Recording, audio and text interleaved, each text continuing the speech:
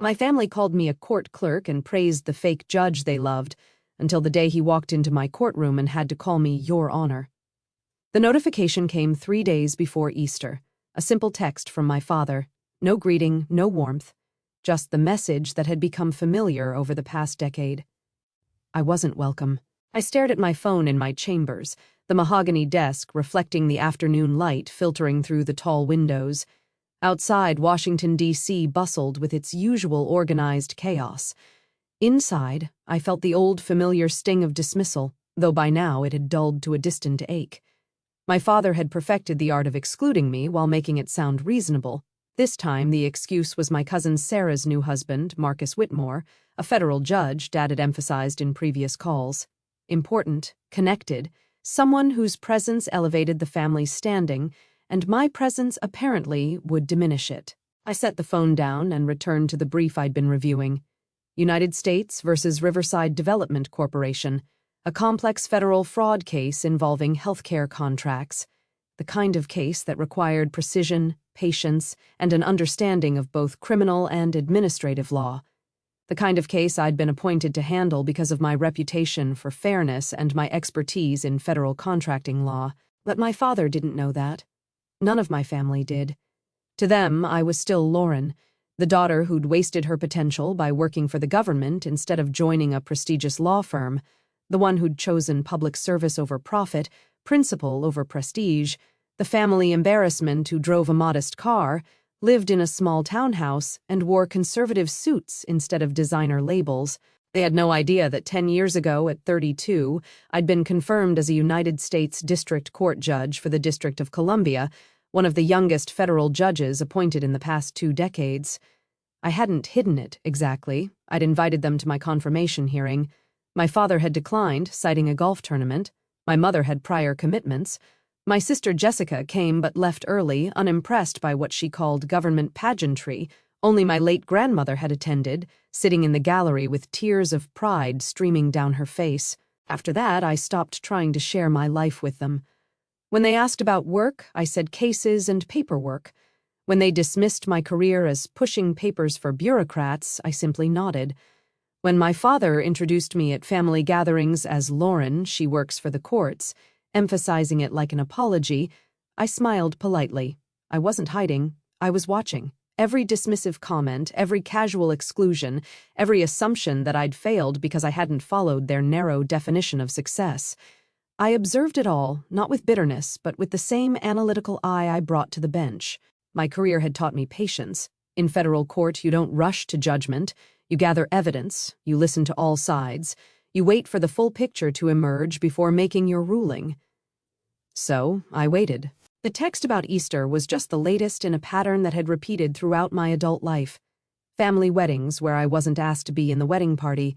Holiday gatherings where my achievements went unmentioned while my sister's corporate success was celebrated. Conversations where my opinions on legal matters were dismissed in favor of my brother-in-law's. He was a personal injury attorney whose largest case had been a slip-and-fall settlement. Last Thanksgiving, my father had actually interrupted me mid-sentence to ask my cousin's fiancé, Marcus, about a Supreme Court decision. Marcus had given a superficial answer pulled from cable news commentary. I could have explained the actual constitutional implications, the circuit split that led to the case, the nuanced reasoning in the majority opinion. I'd said nothing, just smiled and passed the cranberry sauce. That was when Dad had announced that Marcus and Sarah were getting married. Finally, he'd said, beaming, "Someone in this family is connected to real power. A federal judge. Can you imagine?" I could imagine. I lived it every day. "Judge Anderson." My clerk, David, knocked softly on my chamber door. "The Riverside Development case file is ready for tomorrow's hearing." "Thank you, David." I accepted the file, noting its thickness. "Has the defense filed their witness list?" "Just came in. Whitmore and Associates is representing the defendant. Marcus Whitmore himself is listed as lead counsel." My hand paused on the file. Marcus Whitmore. "Yes, Judge. Apparently, he's taking a high-profile case to raise his firm's visibility. The partner memo says he's looking to make a name beyond his judicial connections." I opened the file and scanned the defense team roster. There it was. Marcus Whitmore, J.D., partner, Whitmore and Associates.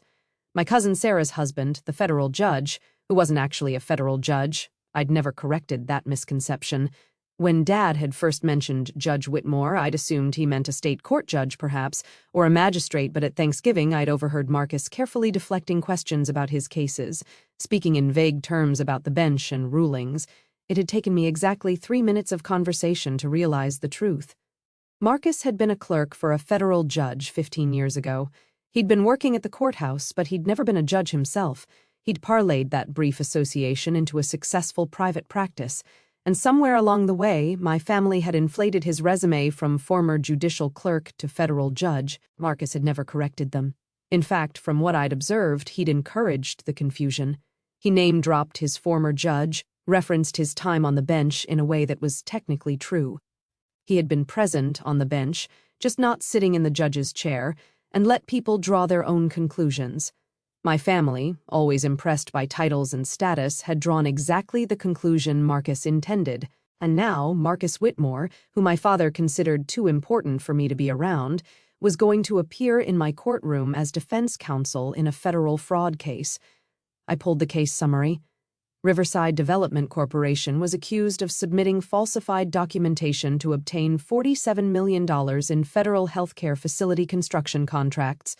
The government alleged systematic fraud, inflated qualifications, fabricated experience, forged certifications. It was exactly the kind of case that required a defense attorney with deep knowledge of federal contracting law and criminal procedure.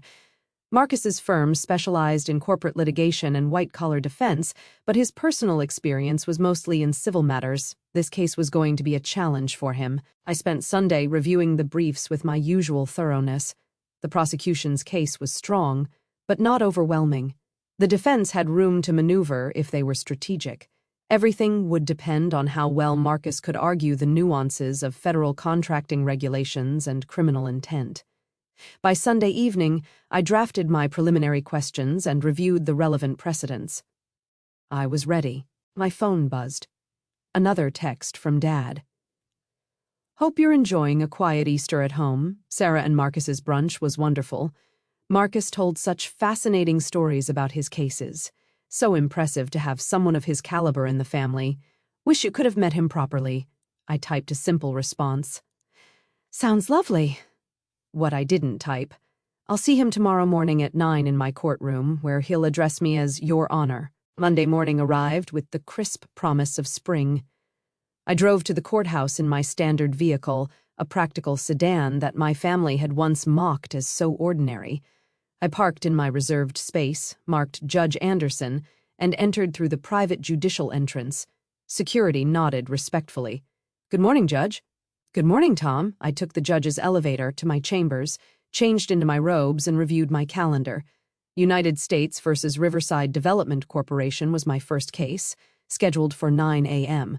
A pre-trial hearing on several defense motions to suppress evidence. At 8:55, David knocked. Courtroom is ready, Judge. Both parties are present. Thank you. I'll be right there. I gathered my notes, took a breath, and walked through the door that connected my chambers directly to the courtroom. All rise. The United States District Court for the District of Columbia is now in session. The Honorable Lauren Anderson presiding.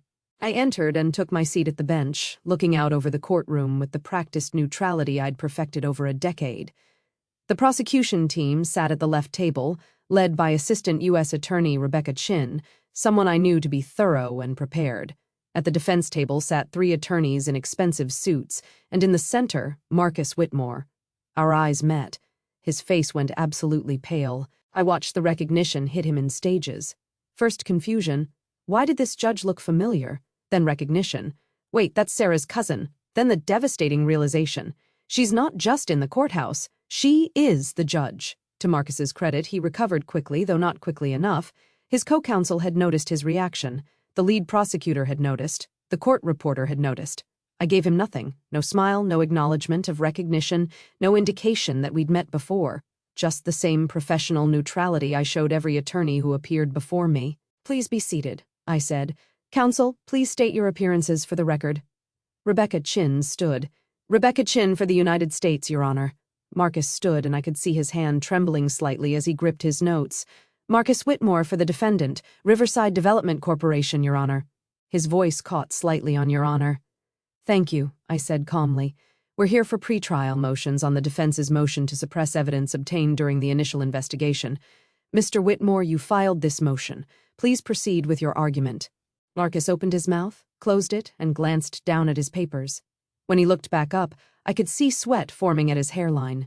This was the moment every judge learns to navigate with care. Personal connections cannot influence judicial decisions. The fact that Marcus was married to my cousin, the fact that my family valued him more than they valued me, the fact that he'd built a reputation on a title he'd never actually held, none of that could matter. What mattered was the law, the evidence, and the arguments presented. Marcus began his argument, and within 2 minutes it was clear he was unprepared. He cited a case that had been overturned 3 years ago. He misstated the standard for suppression of evidence in federal criminal cases. He confused administrative law with criminal procedure. I let him finish, then asked a simple question. Counsel, you cited Patterson versus United States for the proposition that warrants require individualized probable cause for each document seized. Can you direct the court to that language in the opinion? Marcus fumbled with his papers. Your Honor, I believe it's in the majority opinion page. Patterson versus United States was overturned by the Supreme Court in Wilson versus Harris, I said evenly. 3 years ago, the current standard is established in Riverside, interestingly, a case with the same name as your client, which held exactly the opposite. Were you aware of that? The courtroom went silent. Your Honor, we will need to supplement our brief. I would suggest you do so, I said. Additionally, your motion cites Federal Rule of Criminal Procedure 41E, which was amended in 2019. The version you're citing is no longer in effect. Miss Chin, does the government wish to respond?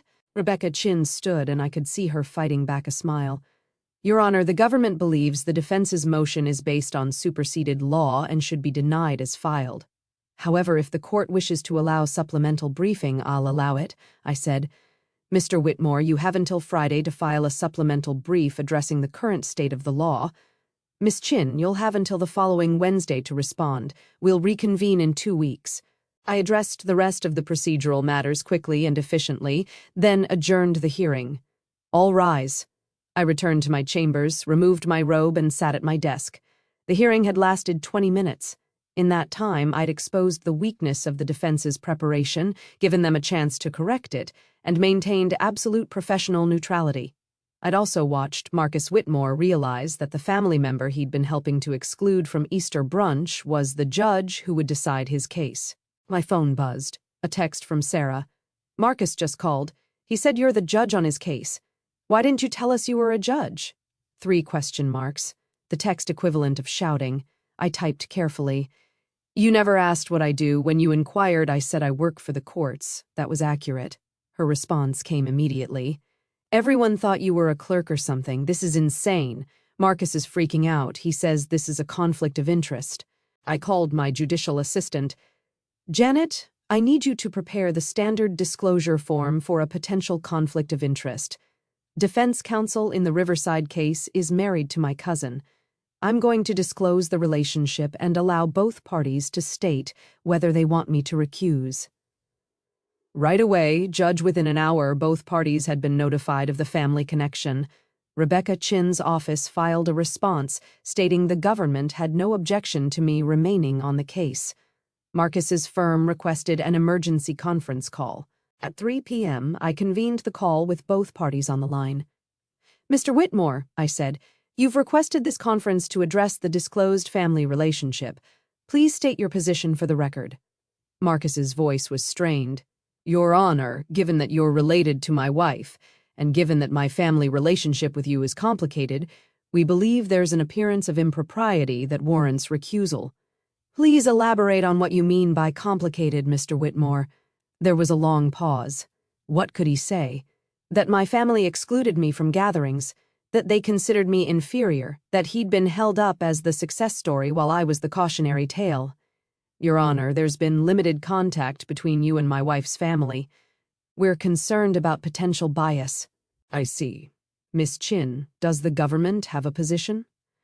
Your Honor, the government notes that Judge Anderson has an impeccable reputation for fairness and impartiality. We have complete confidence in the court's ability to decide this case on its merits. We oppose recusal. Mr. Whitmore, I'm going to be very clear, I said.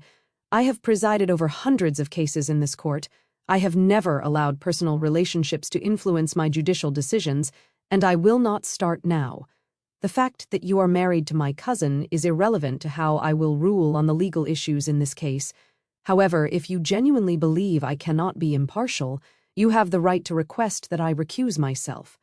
But I want you to understand that if I recuse, this case will be randomly reassigned to another judge in this district. You will not get to choose who hears your case. Do you wish to formally move for my recusal? Another long pause. Marcus knew what I knew. The other judges in the district were just as qualified and just as demanding. Some were more prosecution-friendly than I was. Some were known for being exceptionally hard on attorneys who came to court unprepared. I was actually one of the more balanced judges he could have drawn. Your Honor, Marcus finally said, we'll withdraw the request for recusal. Noted for the record. This conference is concluded. Both parties will comply with the briefing schedule I established this morning. And Mr. Whitmore, I expect your supplemental brief to cite current applicable law. Yes, Your Honor. I ended the call and sat back in my chair. My phone was exploding with texts from family members. My mother, my sister Jessica, even my father. I ignored them all and finished reviewing the rest of my cases for the week. That evening, my father called. I let it go to voicemail, then listened to the message. Lauren, this is your father. We need to talk about this situation with Marcus. He's extremely upset. You should have disclosed that you were a judge when you met him at Thanksgiving. This is very inappropriate. You're creating problems for the family. Call me back immediately. I deleted the message. Tuesday morning, my mother called. I answered. Lauren Marie Anderson, what is going on? Hello, Mother. I'm well. Thank you for asking. Don't be flippant. Marcus says you're a federal judge. Since when? Since my confirmation 10 years ago. You were invited to the ceremony. That was... Wait, that government thing? I thought you were being sworn in as a clerk or something. A United States District Court judge. Mother, I sent you the formal announcement. It listed my title.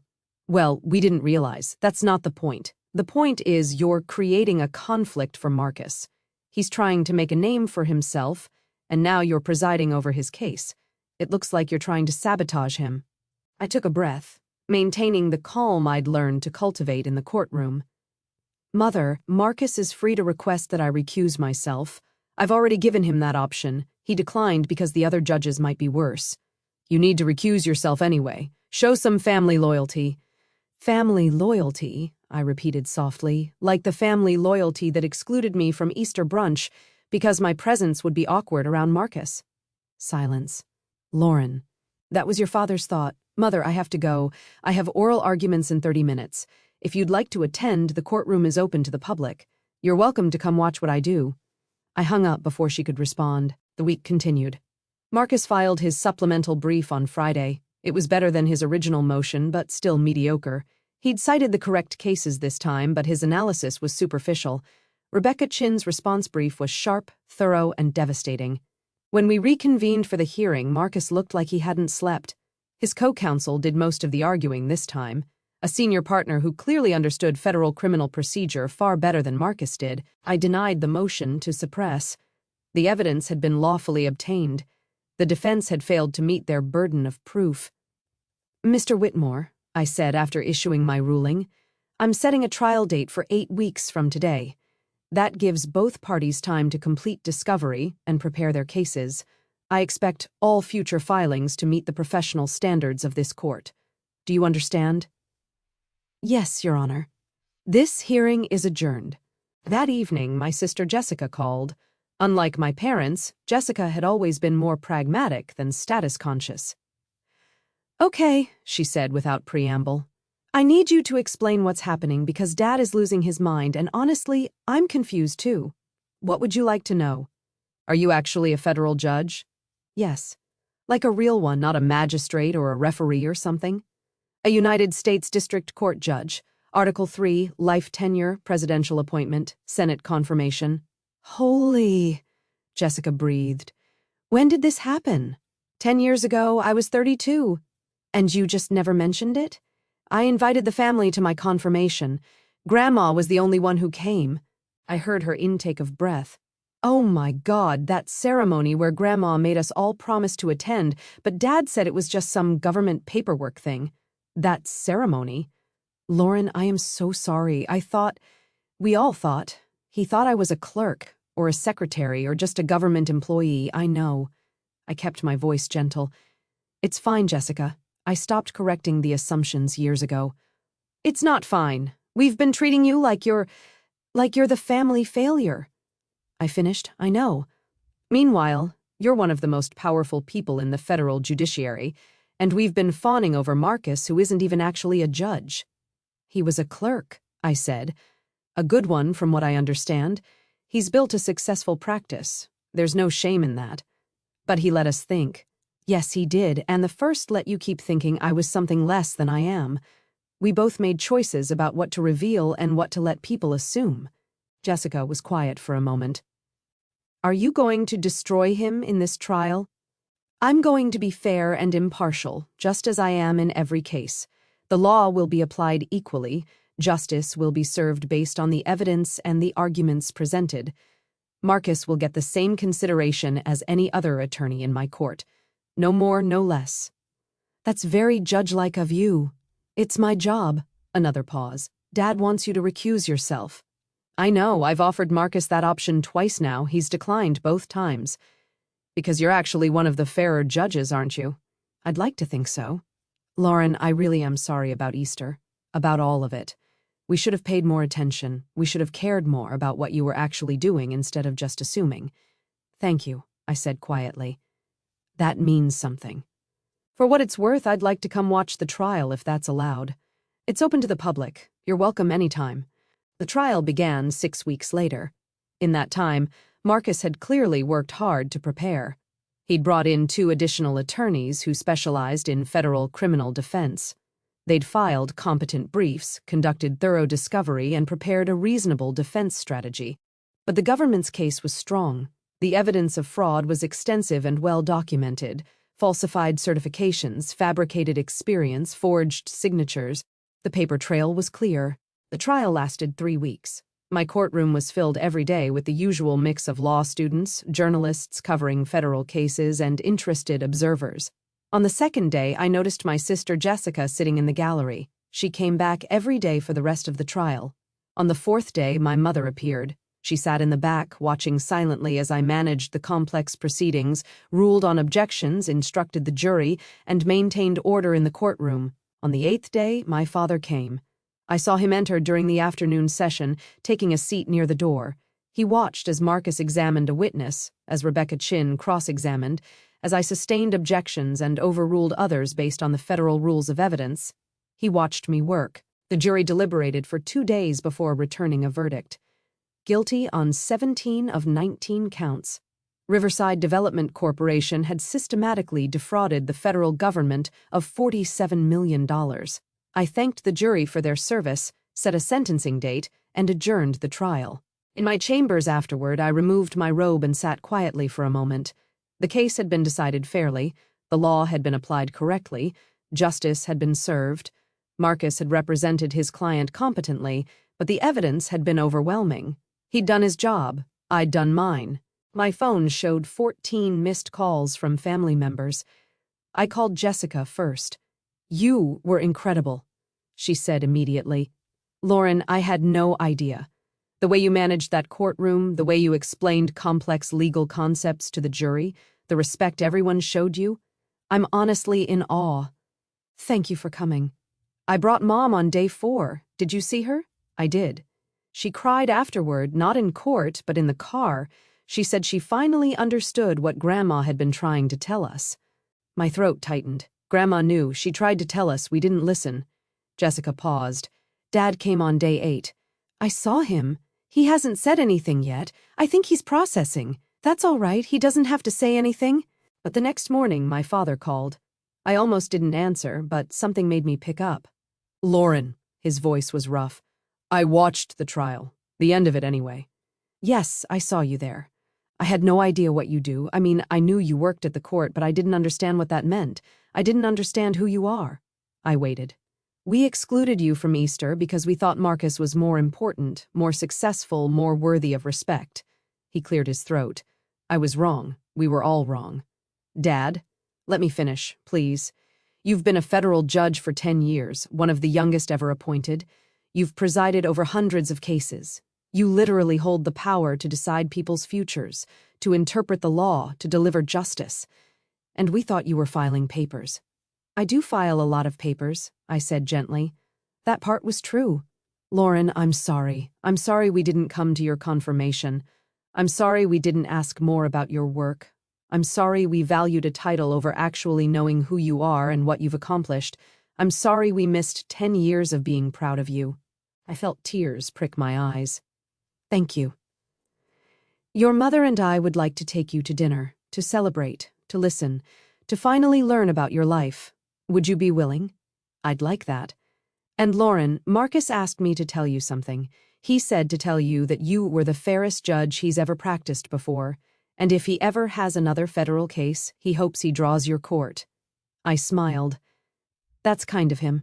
He also said to tell you that he's sorry for letting us believe he was a judge.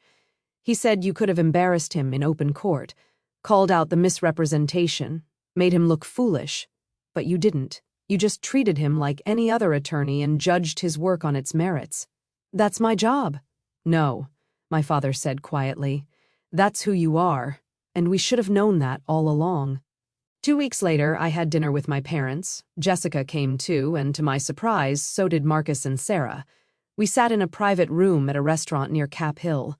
For the first time in a decade, my family asked me questions about my work. What cases had been most challenging?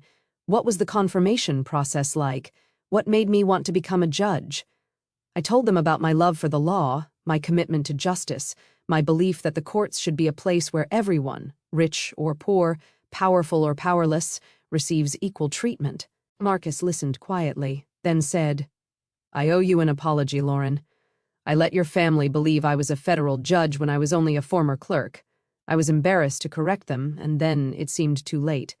But watching you work, seeing what an actual federal judge does, the responsibility and the integrity it requires, I'm ashamed I let the confusion persist.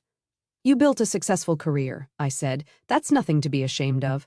But I built part of it on a misrepresentation. You built yours on merit, on dedication, on excellence. There's a difference. Sarah took his hand. We both apologize.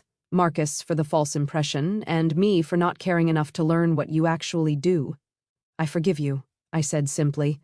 Both of you. My father raised his glass.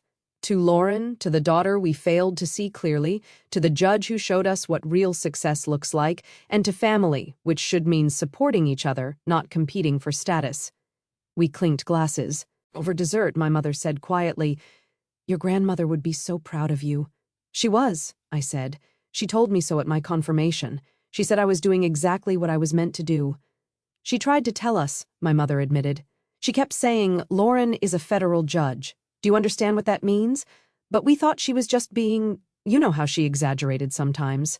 She wasn't exaggerating. No, my mother said. She wasn't. 3 months later, I was invited to Easter brunch.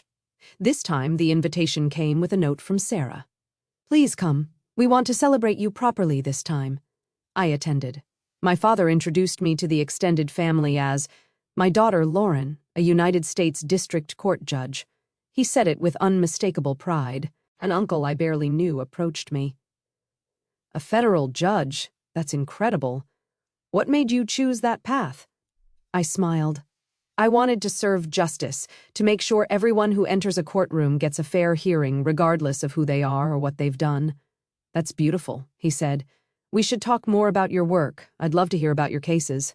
I'd be happy to share, I said, though I can't discuss pending matters. Of course, of course. My cousin brought her children over to meet me. Kids, this is your cousin Lauren. She's a judge. Do you know what that means? The youngest, maybe 6 years old, looked up at me with wide eyes. Do you have a hammer? I laughed. A gavel? Yes. Would you like to visit my courtroom someday? His eyes got even wider. Really? Really. I'll arrange a tour. Later, Marcus found me on the patio. Thank you for coming. Thank you for inviting me. I mean it. After everything, after the trial, after all of it, you could have held a grudge. You could have excluded us the way we excluded you. That's not who I am, I said. I learned a long time ago that revenge doesn't serve justice. Understanding does, forgiveness does, moving forward does. You're a better person than I am. I'm just someone who learned to see the bigger picture. We all make mistakes, Marcus. We all let assumptions guide us. What matters is what we do when we realize we were wrong. He nodded. For what it's worth, you were right about the Riverside case. We lost on the merits, the evidence was solid, you gave us every opportunity to present our defense, and we couldn't overcome the facts. That's the system working as it should. And you are, without question, the best judge I've ever practiced before. I smiled. High praise from opposing counsel? Earned praise, he corrected. As the afternoon wore on, I found myself genuinely enjoying the gathering. Not because anyone was fawning over my title, but because for the first time in years, my family was actually interested in who I was, not who they thought I should be. My father pulled me aside before I left. Lauren, I have a question. Of course. That text I sent you before Easter last year when I said your presence would be awkward around Marcus because he was a federal judge. He paused. Did you know then that he wasn't actually a judge? Yes. And you didn't correct me? No. Why not? I considered the question carefully. Because I was waiting to see how it would play out, I'd spent years watching our family value titles over character, positions over principles, status over substance. I wanted to see if that pattern would continue. If given a choice between supporting me and celebrating someone with an impressive title, which would you choose? He winced. We chose wrong. You chose what you'd been conditioned to value. But Dad, here's the thing. I didn't need you to choose me to validate my worth. My work validates itself. The law I interpret, the justice I serve, the fairness I maintain in my courtroom, that's my validation. Your approval is a gift, not a requirement. When did you become so wise? Probably around the same time I realized that being excluded from family gatherings didn't diminish my value. It just revealed where the family's priorities were. He pulled me into a hug. I'm so proud of you. I should have said that 10 years ago. I should have said it every day since, but I'm saying it now and I'll keep saying it for as long as I can. I believe you, I said. And Dad, that means something. I drove home that evening feeling lighter than I had in years.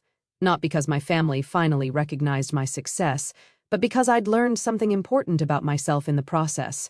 I didn't need their recognition to know my worth. I'd built my career, my reputation, and my life on principle, not approval. I'd chosen the harder path, public service over private profit, integrity over image, and I'd done it without regret. The fact that they finally understood was simply the completion of a circle that had started with exclusion and ended with recognition. But I would have been fine either way. That's the thing about true success. It doesn't require an audience, it doesn't need validation. It simply exists, steady and certain, like justice itself. Monday morning I returned to my chambers, put on my robes, and prepared for another week of cases. Another week of interpreting the law, maintaining fairness, and serving justice. Another week of being exactly who I was always meant to be. And in Courtroom 4B of the United States District Court for the District of Columbia, under the seal that reads, Equal Justice Under Law, I took my seat at the bench. All rise, court is now in session. And 5 years later, I was nominated to the United States Court of Appeals for the D.C. Circuit. My family attended the confirmation hearing, all of them. My father testified as a character witness, speaking with tears in his eyes about the daughter he'd failed to see clearly for so many years. I was confirmed unanimously. At the celebration dinner, my niece, now 11 years old, asked if she could intern in my chambers when she was older. I want to be a judge like you, she said. Someone who's fair and who doesn't care about what people think, just about what's right. I looked at her and smiled. Then that's exactly what you'll be. Because that's the real legacy, not the title, not the position, not the recognition, but the example that fairness, integrity, and justice matter more than approval, and that success isn't about being seen by others, it's about seeing yourself clearly and choosing to be exactly who you're meant to be.